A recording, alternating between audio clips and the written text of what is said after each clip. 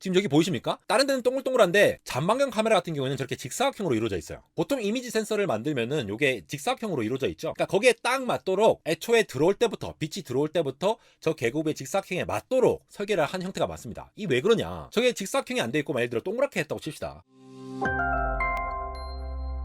네, 여러분 반갑습니다. 안젤공학 에러입니다. 아이폰 15 시리즈가 이제 곧 출시가 될 건데요. 다양한 피처들을 살펴보고 있는데 그 중에서도 지금 카메라 부분에 대해서 주목할 만한 부분이 있어서 함께 좀 알아보려고 가져왔습니다. 베젤을 얇게 만드는 리포 기술 같은 경우에는 제가 지난 영상에서 다뤘고 공정 관련된 얘기는 많이 했으니까 이번에 카메라, 그 중에서도 페리스코프 카메라, 잔망경 카메라가 드디어 탑재된다고 하거든요. 이 카메라가 탑재됨으로 인해서 기존의 3배 수준으로 줌을 당길 수 있던 광학으로 당기는 거죠. 그러니까 그냥 디지털 줌으로 이렇게 해상도 깨져가면서 하는 게 아니라 광학으로 당길 수 있는 범위가 몇 배 더 늘어날 것으로 예측이 되고 있는 상황이 되겠습니다. 사실 이 잔망경 카메라 같은 경우에는 갤럭시 시리즈 같은 경우에는 S20 울트라에서 이미 탑재가 돼서 뭐 하이브리드로 100배 줌까지 얘기가 됐었잖아요. 그러면 과연 이제 아이폰에서 이걸 탑재하면은 카툭티가 해결될 수 있는 부분이 있는지 그 외에 여러 가지 피처들을 좀 기술적인 내용들 중심으로 한번 알아보도록 하겠습니다. 제가 스마트폰 카메라 관련된 내용들은 안대공학 채널을 시작할 때 제가 오리지널 영상으로 굉장히 빠르게 다다다 정리한 내용들이 있으니까 이 부분에 굉장히 자세히 제가 열심히 정리를 해놨으니까 참고를 해주시고요. 오늘은 잔망경 카메라 얘기니까 짧게만 내용을 다루고 넘어가도록 하겠습니다. 먼저 우리가 카메라를 보면은 지금 보시다시피 유명한 짤 있잖아요. 밀착 지자 짤. 저 카메라의 앞쪽 렌즈 부분이 어마무시하게 크잖아요. 그게 DSLR이건 SLR이건. 그래서 실제로 DSLR에서 이제 광학으로 줌을 당길 때도 렌즈를 바꿔 끼우거나 아니면 경통을 이렇게 움직여가지고 렌즈의 위치를 바꾸거나 이렇게 조절을 하지 않습니까? 그런데 스마트폰 같은 경우에는 그게 불가능한 거예요. 그러니까 카메라를 여러 개 꽂아가지고 이것저것 이제 소프트웨어적으로 합치기도 하고, 그리고 두께가 다 한정적이잖아요. 스마트폰이 엄청나게 길면 어떻게 되겠습니까? 카메라 때문에 다 두꺼워져야 되는 이러한 문제가 생길 수밖에 없죠. 예를 들어 SLR 카메라 같은 경우에도 저렇게 카메라가 되어 있으면은 저게 피사체가 저렇게 있는 경우에 카메라의 경통 길이에 따라서도 저 이미지 센서에 딱 닿이는 저의 반대되는 상이 맺히는 저 구간을 조절을 할 수 있다라고 보시면 될 것 같고요. 그러면은 우리가 점차 광학적으로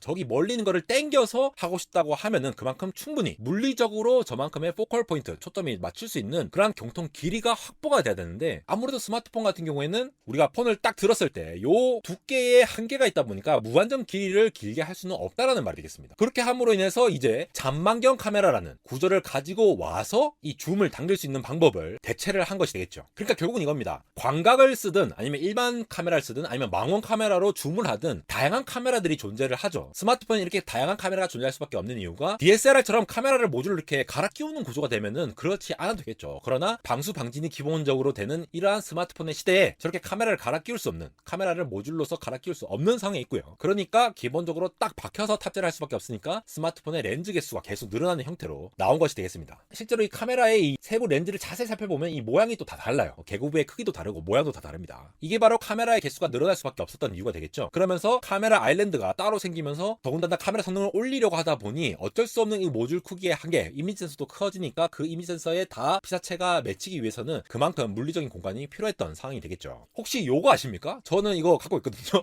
지금 저기 저 구석에 방에 있을 텐데 누워서도 책을 볼 수 있는 잔망경 형태의 반사경이 되겠죠. 이게 바로 잔망경의 원리입니다. 제가 누워있다 하더라도 이러한 특이한 구조의 안경을 끼게 되면은 책을 제 배 위에 올려놓고도 글을 읽을 수 있다. 저 실제로 해봤더니 좀 어지러웠습니다. 그래서 잘 사용은 하지 않는데, 어쨌든 빛이 수직으로 이렇게 오더라도 반사돼서 딱 튀어나가면은 빛의 경로를 바꿔서 들어올 수 있으니까 우리가 이미지 센서로 전달되는 빛의 방향을 바꿔줄 수 있다. 이게 바로 잔망경 카메라의 원리가 되겠죠. 요 같은 경우에는 샤오미에 탑재된 페리스코프 카메라, 잔망경 렌즈의 애니메이션을 보여주게 되는데, 저기 보이시는 프리즘, 저 프리즘을 통해서 빛이 딱 들어와서 수직으로 반사돼서 쫙 나가는 겁니다. 그렇게 딱 나가서 이미지 센서에 도달을 하게 되는 것이 되겠죠. 물리적인 거리를 저렇게 프리즘을 통해서 꺾어주게 되면은 이미지로 가는 저 렌즈를 통과하는 저 거리를 확보를 할 수가 있다는 것이 되겠습니다. 그러면 실제 길이보다 훨씬 더, 그러니까 두께보다 더 긴 거리의 빛의 경로 부분을 확보를 할 수가 있을 거고요. 그게 바로 잔망경 카메라의 원리라고 보시면 되겠습니다. 여러분 저희 중학교 때 고등학교 때 배웠듯이 전반사를 이루잖아요. 그러니까 빛이 들어오면은 그거를 전체를 반사해서 꺾여서 나갈 수 있기 때문에 저런 방식을 쓰고 저 공간을 최대한 확보를 하는 형태로 할 수 있는데,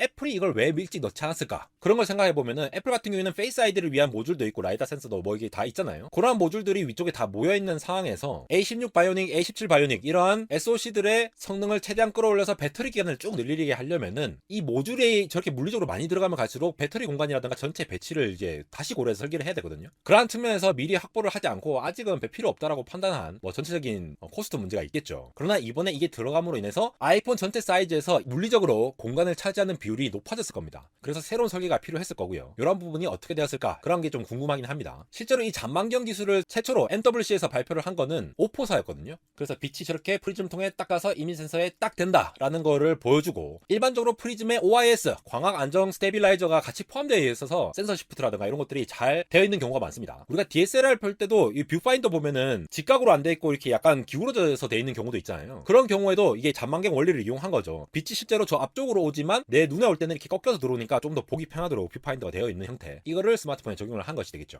아까 말씀드렸을 때 갤럭시 S 울트라부터 요게 잔망 카메라가 들어가서 저렇게 50배, 100배까지 하이브리드 줌으로 지원한 역사가 있죠. 하이브리드라고 한 거는 기본적으로 광학 렌즈 자체로 예를 들어 20배를 확대하는데 여기에서 하이브리드로 또 추가로 확배를 하고 이런 것들을 겸용을 해서 최대 배율을 끌어올린다라고 이해를 하시면 되겠고요. 이 부분은 나중에 제가 오리지널 영상 같은 걸로 따로 다루도록 하겠습니다. 실제 잔망경 카메라와 마운트 카메라의 차이점을 보면은 일반적으로 직사각형의 개구부를 가지고 있어요. 지금 여기 보이십니까? 다른 데는 동글동글한데 잔망경 카메라 같은 경우에는 저렇게 직사각형으로 이루어져 있어요. 보통 이미지 센서를 만들면은 요게 직사각형으로 이루어져 있죠. 그러니까 거기에 딱 맞도록 애초에 들어올 때부터, 빛이 들어올 때부터 저 계급의 직사각형에 맞도록 설계를 한 형태가 맞습니다. 이 왜 그러냐? 저게 직사각형이 안 돼 있고 예를 들어 동그랗게 했다고 칩시다. 그럼 이미지 센서에 닿아 있는 부분에 거기에 맞지 않는 다른 빛들도 이제 세워서 들어가게 되면은 이게 노이즈로 작용할 수도 있거든요. 그럼 이미지 센서 모든 부분에 균등하게 빛이 전달이 되지 않기 때문에 어떤 빛 간 간섭 같은 부분들, 이러한 부분을 따로 또 처리해줘야 될 이슈가 있기 때문에 이런 것들을 미리 계구부를 정리를 해서 전달을 하기도 합니다. 그래서 렌즈의 위치를 이동시키거나 프리즘 위치를 이동시키거나 이런 식으로 해가지고 광학 줌을 조절을 할 수 있도록 이렇게 조절을 하기도 한다고 알려져 있습니다.